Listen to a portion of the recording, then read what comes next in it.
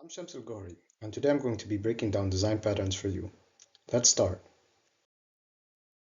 So today we're taking a creational design pattern. Like we said before, that creational design patterns focus on object creation mechanisms, and they aim to create objects in a suitable manner for a specific situation. We're going to be talking about the factory method today.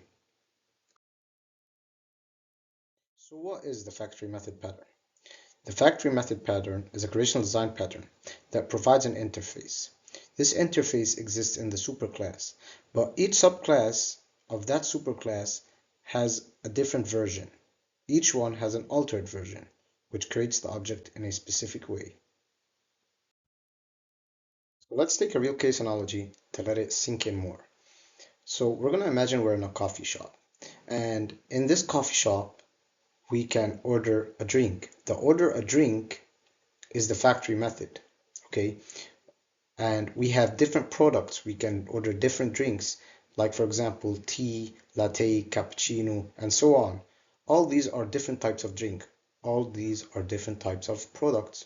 And we have a barista, where the barista is the concrete creator, because he's the one who's going to create us, for example, the tea, the cappuccino, and so on.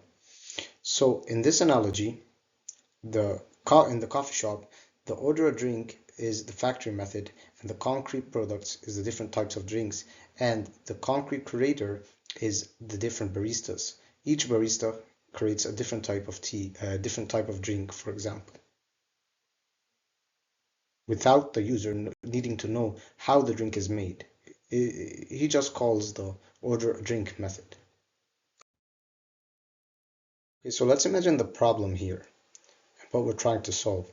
The problem, for example, in this scenario is we have a drawing application, and in this drawing application, it only supports drawing rectangles. And the drawing rectangles code is embedded directly in the application. So when we want to add a new feature, like for example, drawing a circle, drawing a triangle, we're going to have to add conditions and add and edit the methods all to handle different types of shape, and each method will handle a type of shape, and this is not really good. We'll find out that the code is a lot messier and there's a lot of duplicate code and copy paste. So this is why we need a factory method, for example. It would help in this scenario a lot. So how is it done?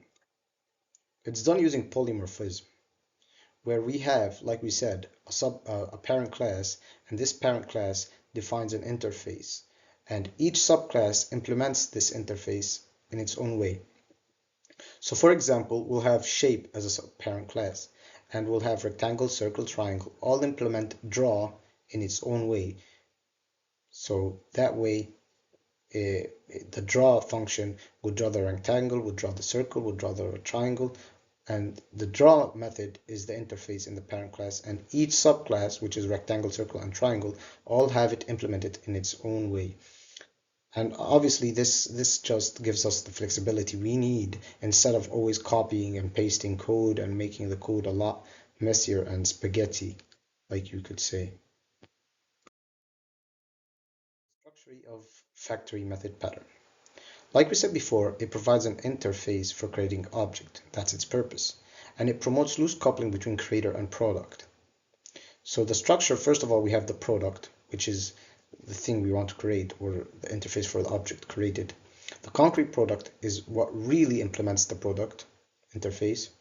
And the creator is the factory method returning the product. The concrete creator overrides the factory method and returns that specific product. The key points we want to talk about is it decouples client from concrete products and flexible for adding new product types, and it encapsulates object creation logic. All these are useful to us. We'll take an example in the next slide, and everything will be a lot more clear. Okay, so now we're going to take the example, and I'm pretty sure after that example we'll have a good understanding of the factory method pattern. Okay, so let's start. First of all, we have the shape, which is the product. It defines a common interface for all shapes with a pure virtual function called draw.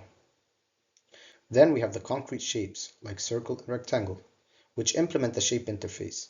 Each one provides a specific draw implementation. Then we have the creator called shape factory, which defines a virtual create shape method to create shapes. Then we have the concrete creator, which is the shape factory implementation. It implements the create shape method, deciding which concrete shape to create based on the given type. So in the main function, we'll find that the client interacts with the abstract shape factory and doesn't need to know about the concrete shape classes. The create shape method acts as a factory for creating different shapes. The subclasses of the shape factory can override the create shape method to create different types of shape, whether it would be circle or rectangle. So by using the factory method pattern, the code becomes more flexible and easier to extend with new shape types without modifying the client code. And that's very, very important and very nice to have. So let's go through the advantages and disadvantages of the factory method pattern. It improves code flexibility by decoupling the client from the concrete product classes. You can easily introduce new product types without affecting the existing code. So this obviously promotes code extensibility and flexibility. Enhanced code reusability. The factory method provides a common interface for creating objects, allowing for code reuse and reducing code duplication, which we said before. Increased testability. The factory method makes it easier to substitute concrete products with mock objects for testing purposes, isolating the component under test. Simplified object creation. It's a lot more simpler to create new objects now.